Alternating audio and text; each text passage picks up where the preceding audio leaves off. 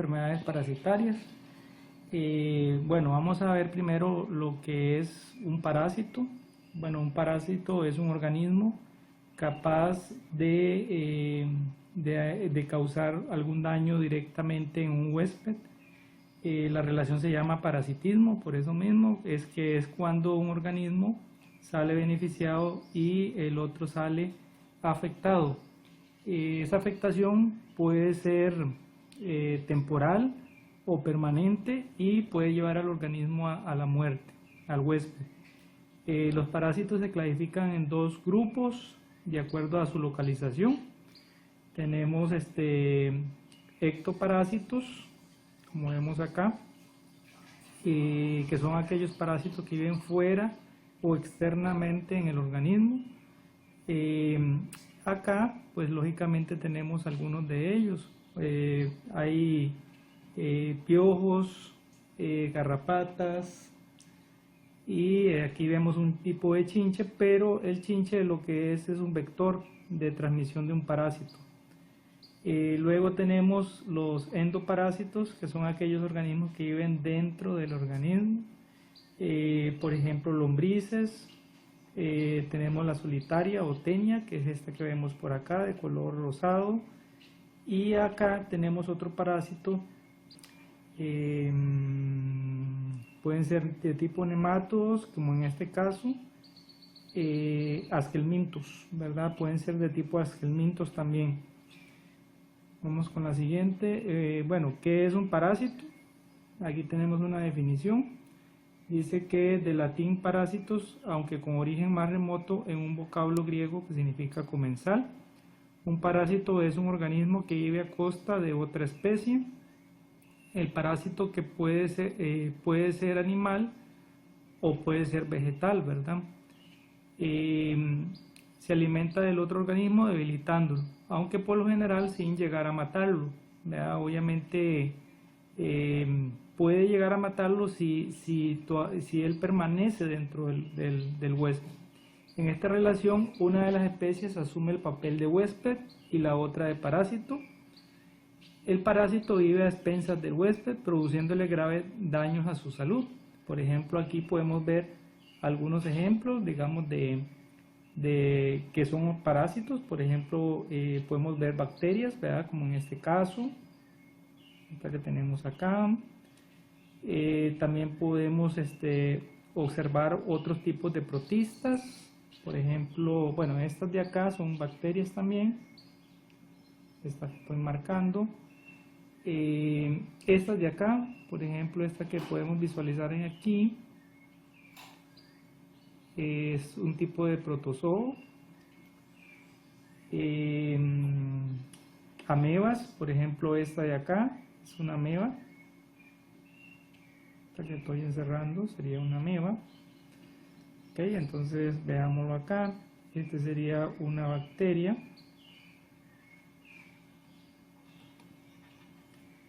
Y vamos a cambiar el color. Y esta sería una ameba. Ok, esta sería una bacteria también, etcétera, ¿verdad? Aquí hay varios organismos. Muy bien, vamos a la siguiente diapositiva. Vamos a ver ahora el ciclo de vida de los parásitos. Los parásitos tienen dos ciclos, un ciclo monoxénico y un ciclo heteroxénico. ¿Cuál es la diferencia? Bueno, básicamente radica en que el ciclo monoxémico, el parásito infecta directamente al huésped, sin utilizar otro organismo como intermediario. Entonces, si vemos acá, por ejemplo, el parásito llega directamente al ser humano, por la ingestión directa, digamos, de los huevecillos del parásito, ¿verdad? Llevamos generalmente, bueno, cuando no se lava bien las manos la persona, o digamos, generalmente, bueno, principalmente esa, ¿verdad? O, bueno, y también puede ser por agua que no esté clorada, o sea, agua infectada con parásitos digamos, en este caso, de este tipo de lombrices, ¿verdad? Ok, ese es el caso de las lombrices, digamos, como vemos acá. Muy bien, vean cómo se enquista, ¿verdad?, directamente en el tejido. Y el ciclo heteroxénico es aquel ciclo donde el parásito utiliza más de un huésped, más de un vector. En este caso puede ser carneros, ovejas o incluso, digamos, pueden ser perros, ¿verdad? Entonces vean que aquí, por ejemplo, el número 1 es el parásito adulto, el número 2 es el huevo en heces del perro, número 3, la forma embrionaria penetra en el intestino del huésped intermediario. Hay un quiste, formación de un quiste, que es una masa de células. Luego tenemos formaciones larvarias, formas larvarias también. Y luego, cuando ya está acá, digamos en el caso de huevo en heces de perro, puede entrar directamente al organismo, ¿verdad? Entonces, si ustedes ven ahí, bueno, entonces tenemos un huésped intermediario, ¿verdad?, y un huésped definitivo. El intermediario en este caso es el carnero y el definitivo sería el perro, ¿verdad?, que es el que prácticamente puede llegar, digamos, a nosotros directamente a infectarnos. Veámoslo acá, entonces dice que un ciclo directo monoxénico es aquel si el parásito requiere de un solo huésped para todo su desarrollo. En este caso, pues este parásito, la lombriz, llega a nosotros directamente al ser humano, entonces no ocupa ningún vector para poder llegar. En el ciclo indirecto o heteroxénico, los parásitos necesitan pasar por dos o más huéspedes de distinta especie para alcanzar su pleno desarrollo. Así se distinguen huéspedes intermediarios y huéspedes definitivos. Entonces, intermediario, el carnero y el perro, y el huésped ya definitivo, pues es el ser humano. Entonces, lógicamente ocupa de huéspedes iniciales, ¿verdad?, para después infectar directamente al definitivo, que es el caso del ser humano. Tipos de huéspedes, tenemos, bueno, el huésped definitivo, como lo dijimos anteriormente, y el huésped intermediario. Entonces, si vemos en este esquema, por ejemplo, hay una ingestión de huevos en las heces, llega a una oveja, cabra o cerdo, que es un huésped intermedio o intermediario. Luego se enquista en el hígado, en los pulmones. O sea, obviamente estos huevos se enquistan directamente en este huésped, directamente en el hígado, en los pulmones. Que luego llega a un perro, dice ingestión de quistes de órganos hospederos intermedios. Ok, este es el huésped definitivo, ¿verdad?, que puede llegar a contraer, digamos, el parásito. Pueden ser perros y otros carnívoros, por ejemplo el caso del ser humano. Entonces, ¿a dónde se aloja el parásito? Pues se aloja en el intestino delgado. Los humanos pueden infectarse directamente también, ¿verdad?, directamente del perro. Entonces, el huésped definitivo es aquel en el cual el parásito se reproduce sexualmente o adquiere el estado adulto, es decir, aquel que alberga las formas más evolucionadas del parásito. Por ejemplo, el hombre es huésped definitivo de Taenia saginata, que es la solitaria, ¿verdad? Ok, entonces, esta de acá se le llama solitaria. Es una de las especies de la solitaria, Taenia saginata. Hay otra que se llama Taenia solium, ¿verdad?, que es otro tipo de solitaria. Tenemos el huésped intermediario, que es aquel que alberga las formas intermedias, ¿verdad?, es decir, las formas larvarias de los helmintos. Cuando hablamos de helmintos son gusanos de tipo redondo, ¿verdad?, es un tipo de gusano. Okay. A ver, sí, ok, es un tipo de gusano, es decir, las formas larvarias de los helmintos o de los estadios de multiplicación asexuada de los protozoos. El protozoo ya es otro tipo de parásito. Estos pertenecen al reino protista. Y los helmintos pertenecen al reino animal. Ok, nada más que estos son invertebrados.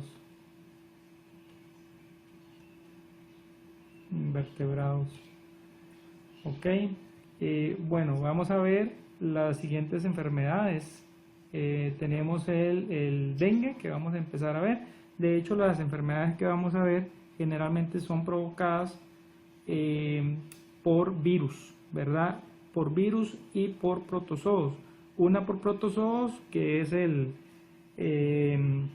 la malaria, y vamos a ver provocadas por virus, que sería dengue, chikungunya y Zika.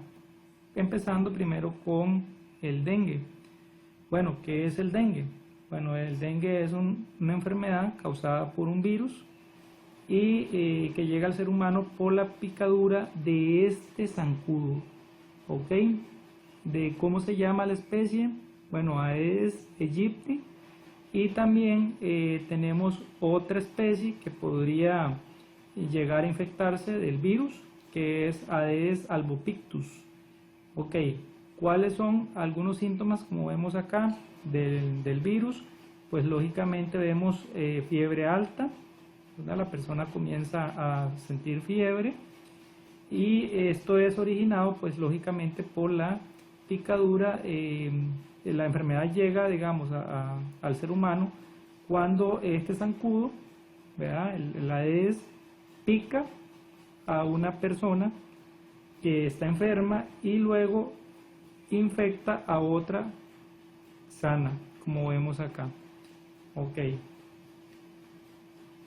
aquí vemos el nombre, que se llama Aedes aegypti, pero tenemos, como les dije, otro que se da en menor grado, que es Aedes albopictus, como lo vemos acá. Ok, entonces tenemos albopictus y tenemos a aegypti.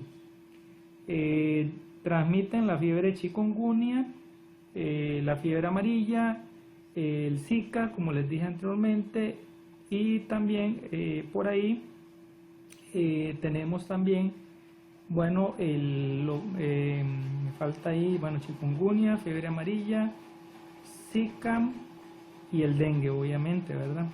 Ok, el periodo de incubación del virus dura aproximadamente entre 4 a 10 días. Un mosquito infectado puede transmitir el agente patógeno durante toda la vida, ¿verdad? Ok, vamos a ver acá. ¿Qué enfermedades? Bueno, transmite el Aedes aegypti, bueno, ya lo hemos mencionado. Bueno, entonces vemos que tenemos el dengue, que es una de las enfermedades que transmite este zancudo, la fiebre amarilla, el Zika, chikungunya, ¿verdad? Como hemos visto, y en el dengue tenemos dos, digamos, se subdividen dos, que es el dengue hemorrágico, que es el más peligroso, ¿verdad? Y el dengue clásico. Obviamente, el que más daño hace, pues lógicamente es el hemorrágico, el más peligroso, ¿verdad? Luego tenemos tipos, como hemos visto en la diapositiva anterior, el dengue clásico, que no suele presentar muchas complicaciones, ya que el organismo tiende a recuperarse por completo con los cuidados adecuados, ¿verdad? Y el hemorrágico es causado por los serotipos DEN1, DEN2, DEN3 y DEN4, y puede causar la muerte del paciente, ¿verdad? Obviamente si el paciente no logra, digamos, por ejemplo, o no toma los cuidados adecuados, por ejemplo, ir a la clínica para que le detecten si es una gripe o si es dengue, ¿verdad? O cualquier otra de las enfermedades que produce digamos, el virus que el zancudo inocula. Pues lógicamente este es el más peligroso de todos. La transmisión del virus del dengue Generalmente, ¿cómo se da? Bueno, primero, el mosquito hembra pica a una persona enferma de dengue, ¿ok? Entonces eso es el primer paso. El segundo es cuando el mosquito, después de 4 a 12 días de haberse infectado, es capaz de transmitir el dengue, ¿ok? Eso ya es después de 4 a 12 días de haberse infectado del virus el mosquito. Luego, el tercer paso es cuando la enfermedad se transmite cuando el Aedes infectado pica a una persona sana. Y luego en el 4 es cuando el paciente deberá permanecer aislado para evitar la cadena de transmisión, ¿verdad? Porque obviamente si hay un zancudo que lo pique, ¿verdad? Entonces va a infectar a otras personas sanas. Síntomas del dengue, bueno, se pueden confundir mucho con todas las enfermedades respiratorias, ¿verdad? Normales de la época lluviosa, por ejemplo la gripe, y ahora pues con esto del coronavirus o SARS-CoV-2, ¿verdad? Tenemos varias características, digamos, o varios síntomas que generalmente pueden ocurrir. Por ejemplo, fiebre alta, ¿okay? Este es uno de los síntomas. Dolor de cabeza y por detrás de los ojos, ¿okay?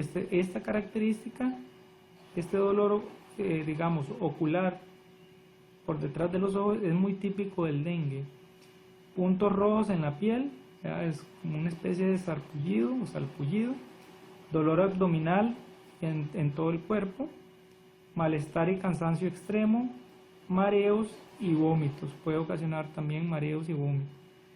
En el caso, digamos, por ejemplo, en el dengue hemorrágico, como vemos acá, estos síntomas de acá son del clásico y estos de acá son del hemorrágico.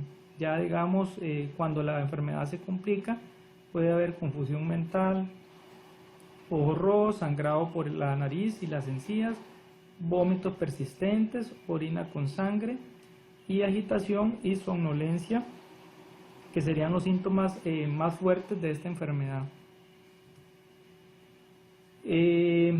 Bueno, ¿dónde se origina? La enfermedad está muy extendida en los trópicos, principalmente, ¿verdad? En todo lo que es América, con variaciones locales en el riesgo que dependen en gran medida de las precipitaciones, la temperatura y la urbanización rápida sin planificar.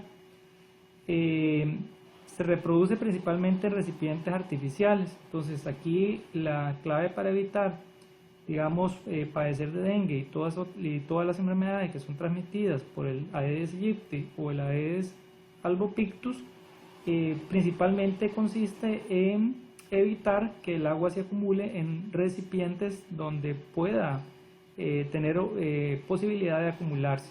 Por ejemplo, agujeros en los troncos de los árboles, juguetes, botas de plástico, neumáticos, latas vacías, tambores.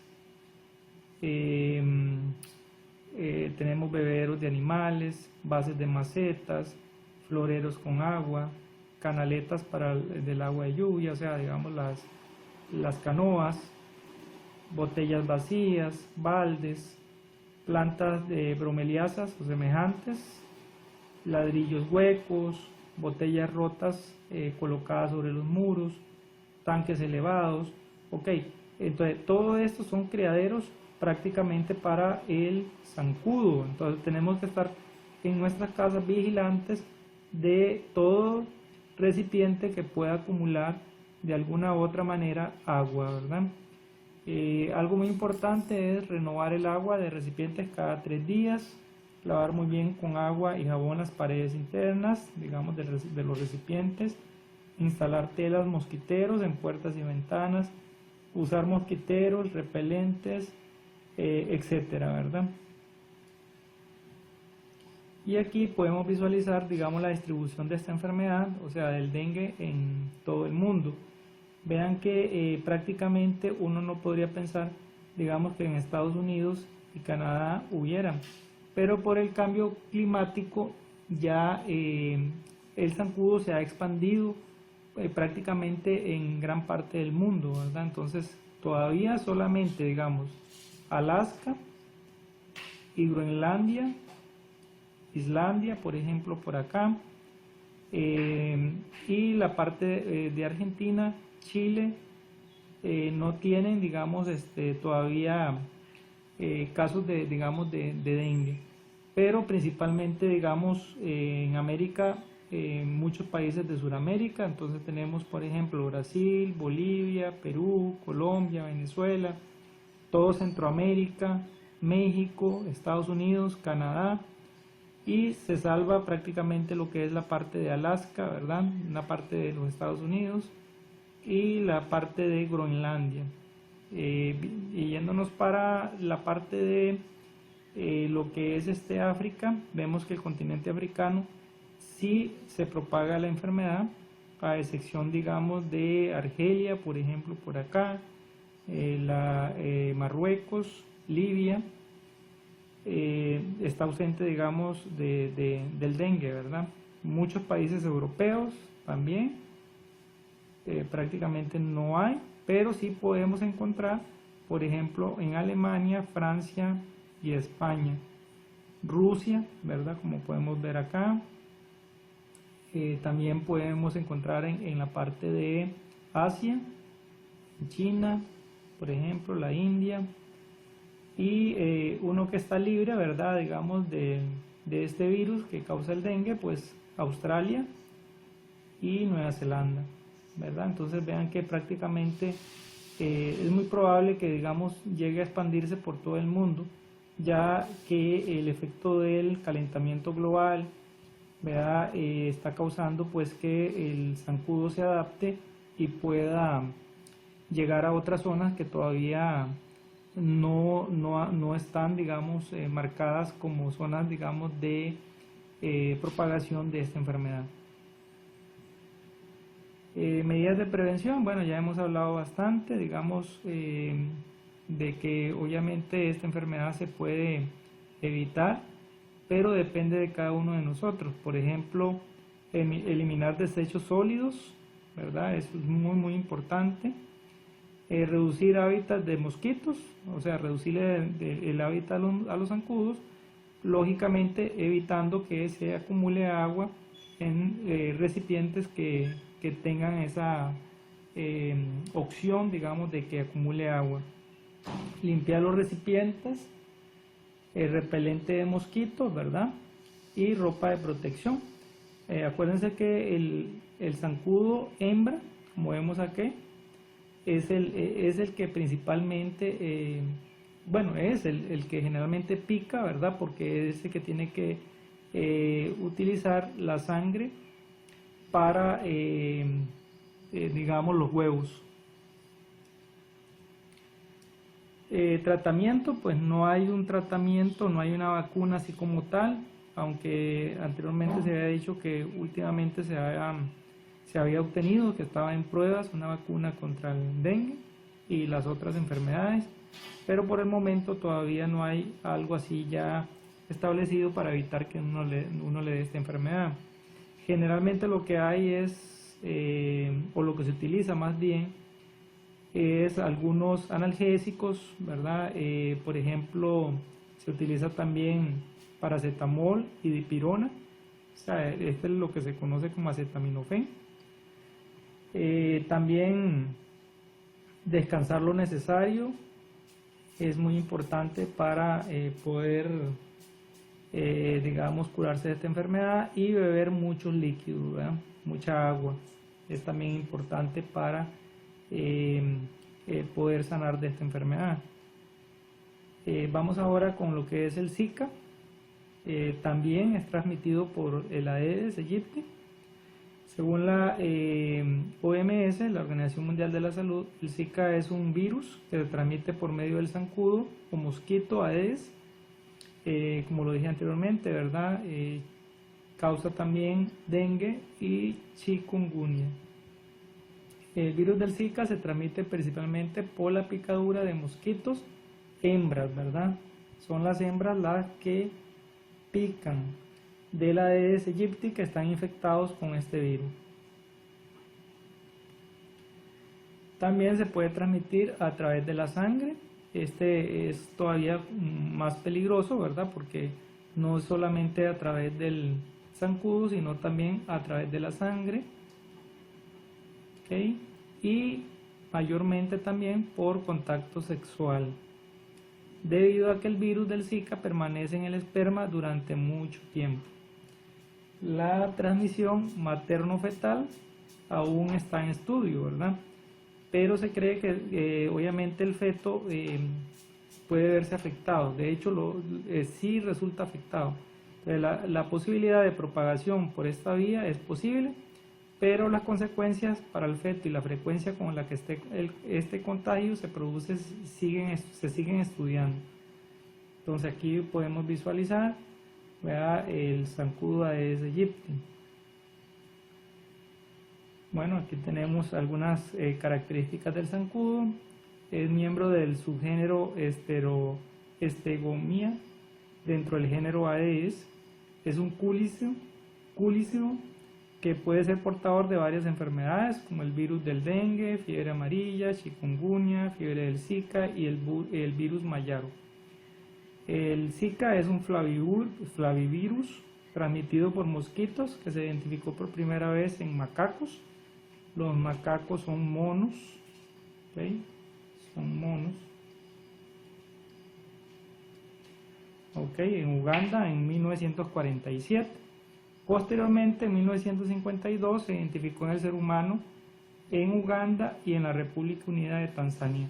Vean que esta enfermedad, la gran mayoría de enfermedades generalmente aparecen en el continente africano, ¿verdad?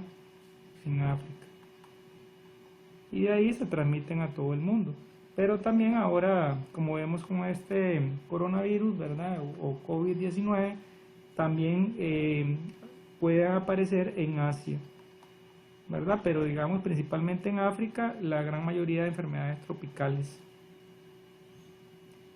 Aquí tenemos algunas características. Vean que el zancudo es como manchadito, ¿verdad? Okay. Estas colores acá con negro son muy característicos de la Aedes aegypti, ¿verdad? Para poderlo identificar. Un manchadito, digamos, tiene manchas blancas y en todo el cuerpo, ¿verdad?, prácticamente. Entonces lo podemos ver, visualizar muchas características de este zancudo para poder identificarlo si pertenece a este género. ¿Cuáles son los síntomas del Zika? Bueno, son síntomas muy parecidos, digamos, a los del dengue: fiebre, alta temperatura corporal, erupción en la piel.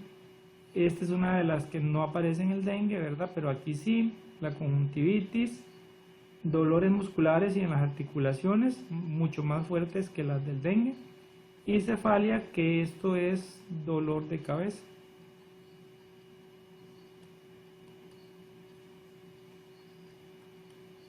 Okay.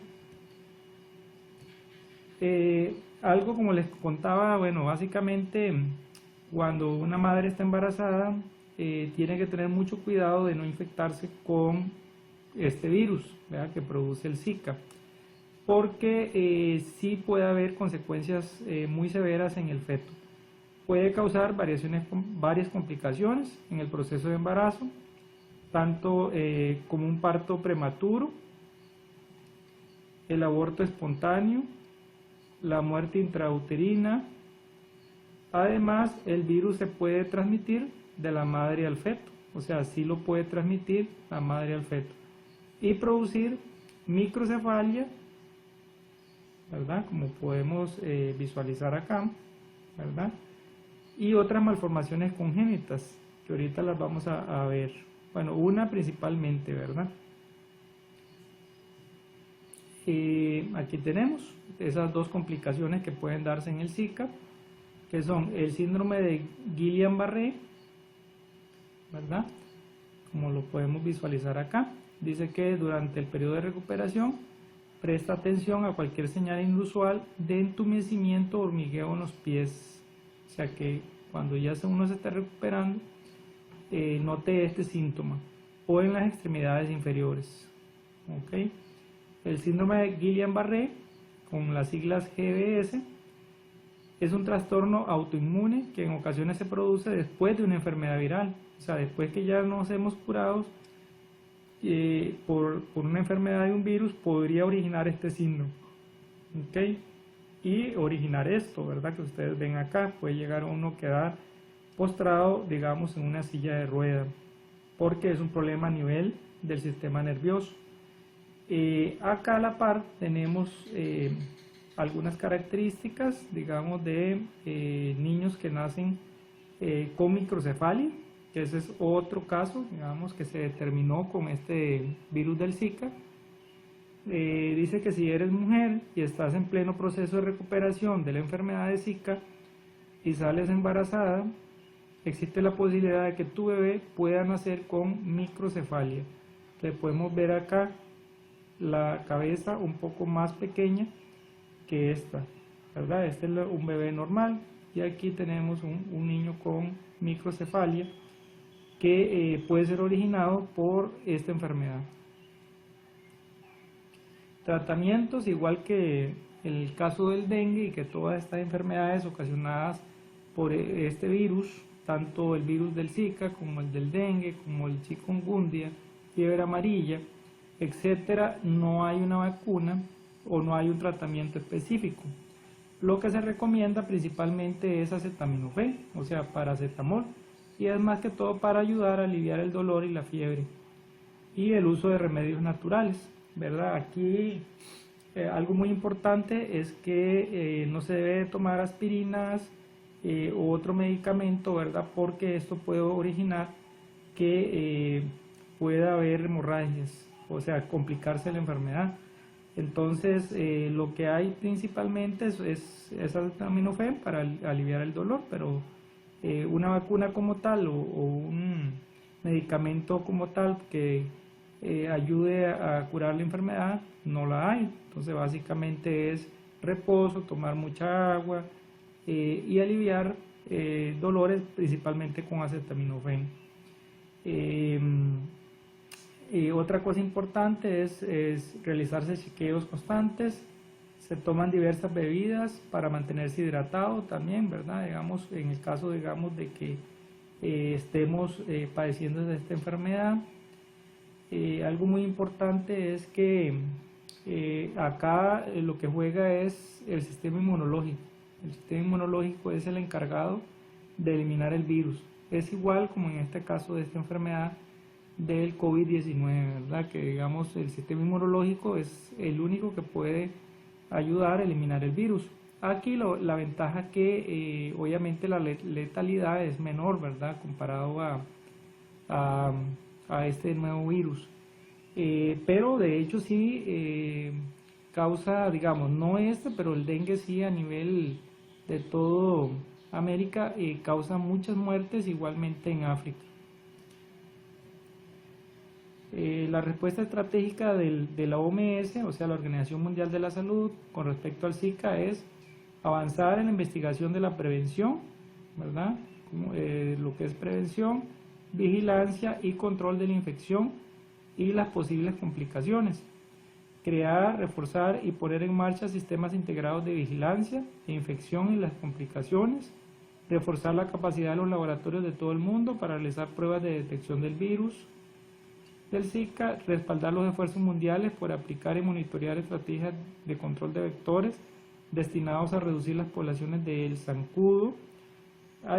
Y reforzar la atención y el apoyo de los niños afectados por las complicaciones de la infección por el virus del Zika y a sus familias. Ok, estas campañas contra el Zika son realizadas por el gobierno, ¿verdad? Obviamente de cada país, como número uno. El LUFUSA, okay, que es una institución encargada obviamente sobre este tipo de enfermedades parasitarias, centros médicos, municipalidades, instituciones educativas. Esto es muy importante porque casualmente por eso es que estamos viendo esto, porque De hecho, antes se veían mucho más enfermedades en la materia de biología, pero ahora principalmente se enfatizó en estas enfermedades tropicales que todos los años tenemos personas infectadas con estas enfermedades. Entonces, a nivel de instituciones educativas se trabaja mucho este tema para que los estudiantes pues conozcan los síntomas, las causas y cómo combatir esta enfermedad.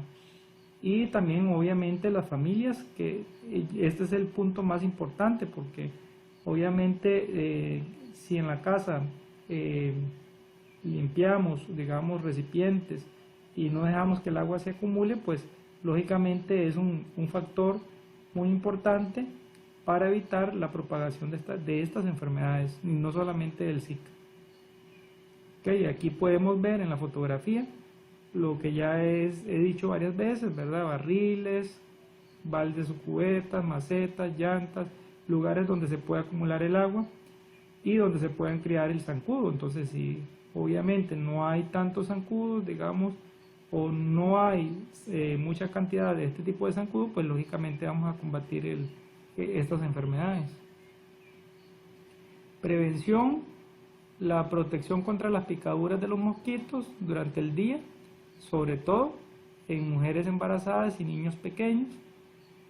También, bueno, usar ropa de colores claros que cubra el cuerpo, instalar barreras físicas en los edificios, mantener puertas y ventanas cerradas, dormir bajo mosquiteros, utilizar repelentes de insectos y muy importante, lógicamente, lo que hemos venido hablando, cubrir los depósitos de agua, eliminando el agua residual de floreros, macetas y eliminando la basura en los neumáticos usados, donde se puede acumular el agua. Vamos ahora con la malaria. La malaria ya no es transmitida por este zancudo y tampoco es un virus. Es causado por un protozoo, ¿okay? Un protozoo o protozoario del género Plasmodium.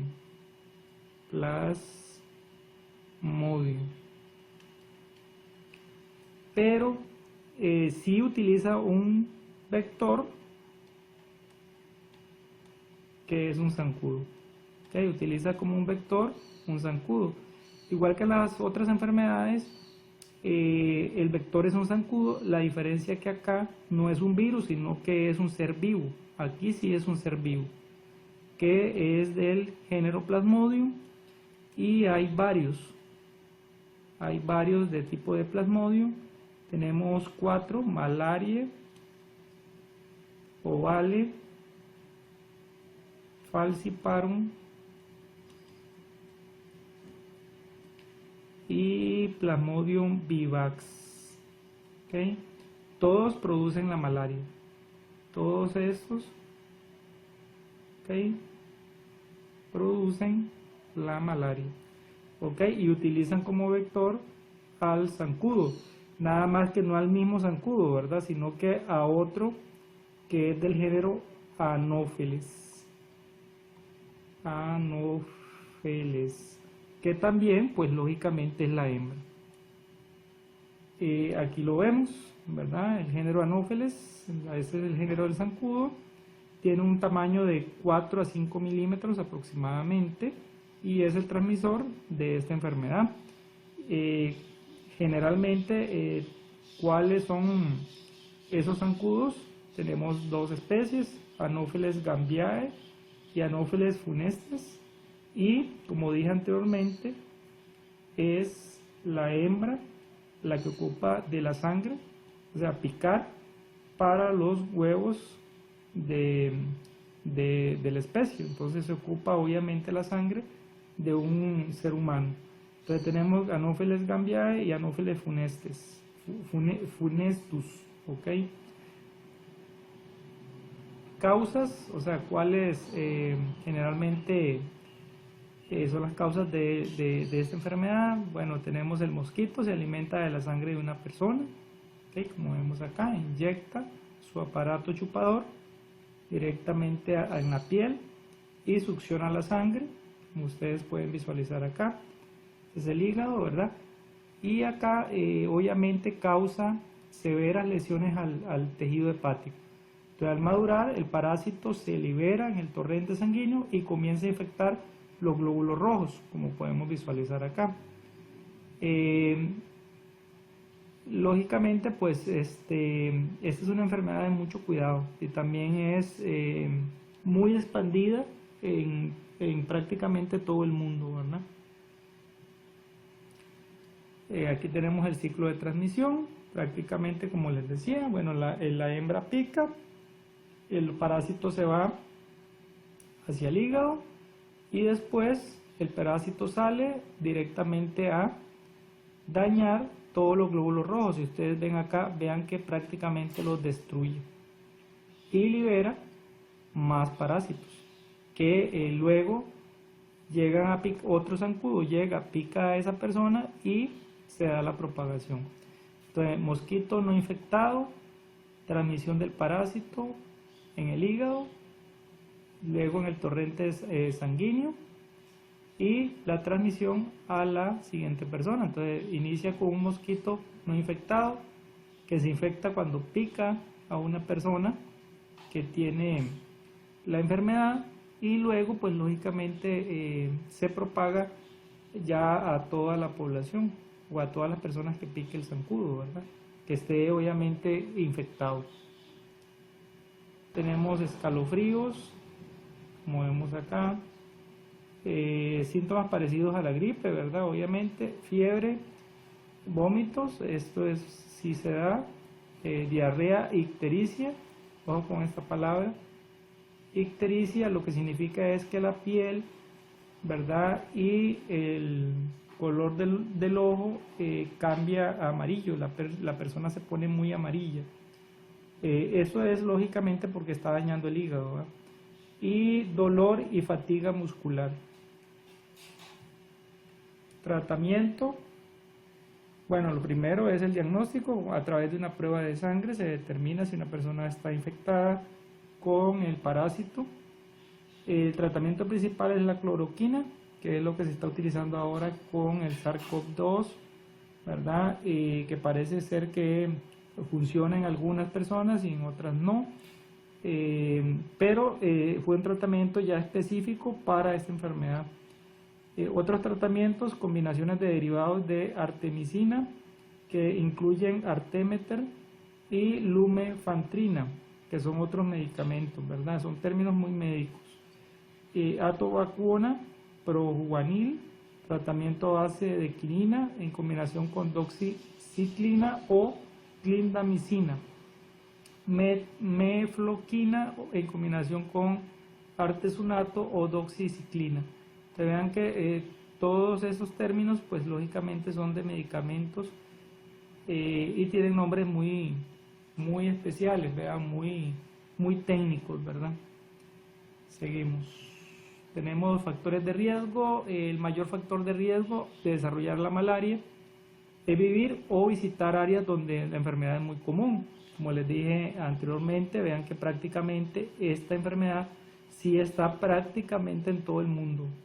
Entonces, igual, ¿verdad? Se propaga debido al calentamiento global y todo lo que está causando el hombre. Entonces, lógicamente, esta enfermedad sí la podemos encontrar en la gran mayoría de países del mundo.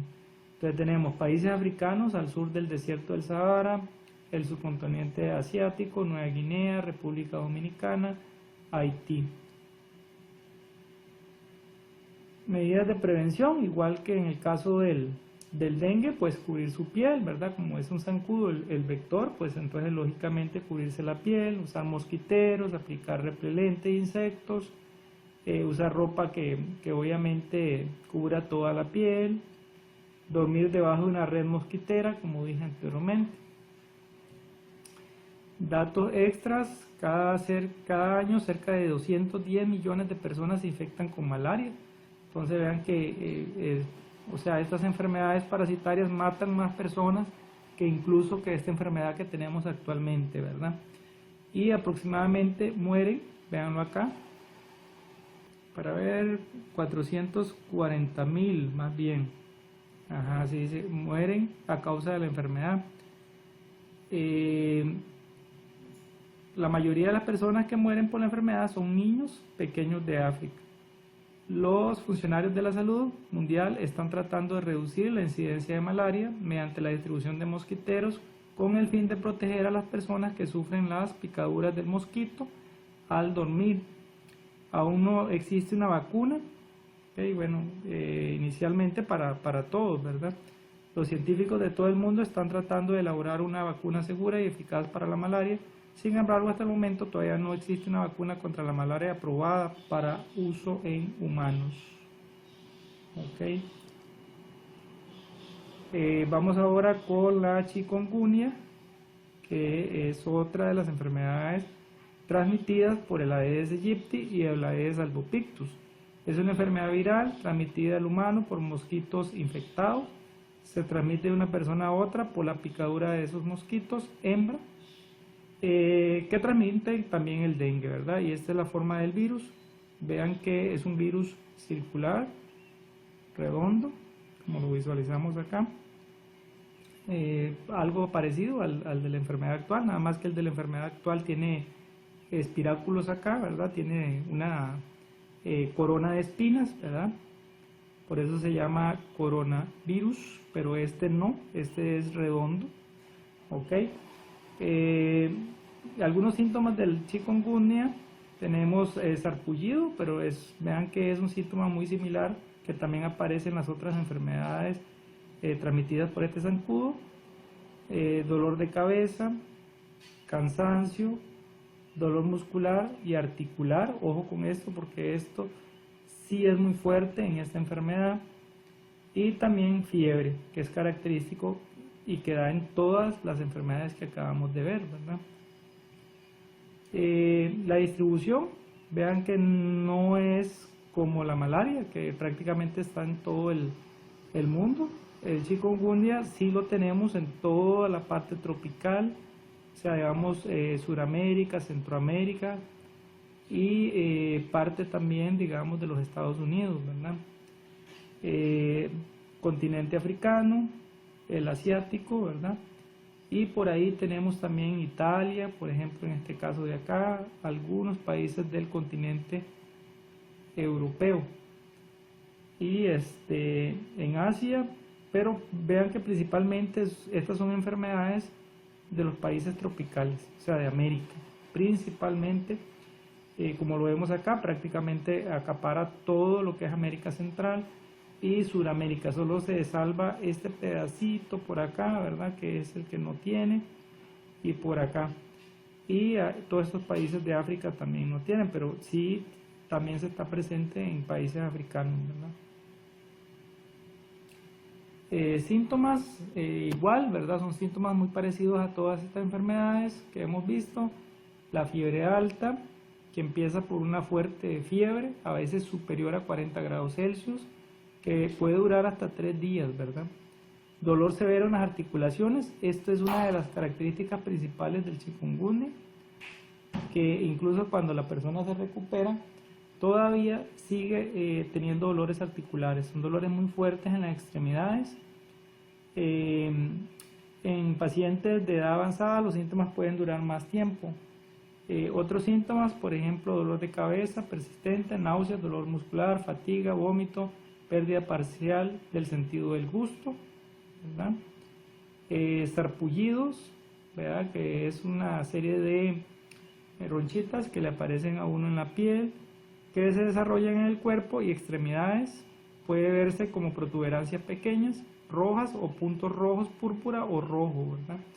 Y la prevención prácticamente va dirigida a evitar la reproducción del zancudo, ¿verdad? Entonces, si ustedes ven, es igual a las de las demás enfermedades, porque los zancudos ocupan tener ciertos lugares donde ellos poder, digamos, las hembras poner los huevos, ¿verdad? Digamos, entonces en zonas donde se acumule agua, llantas, por ejemplo, botellas, basureros o maceteras.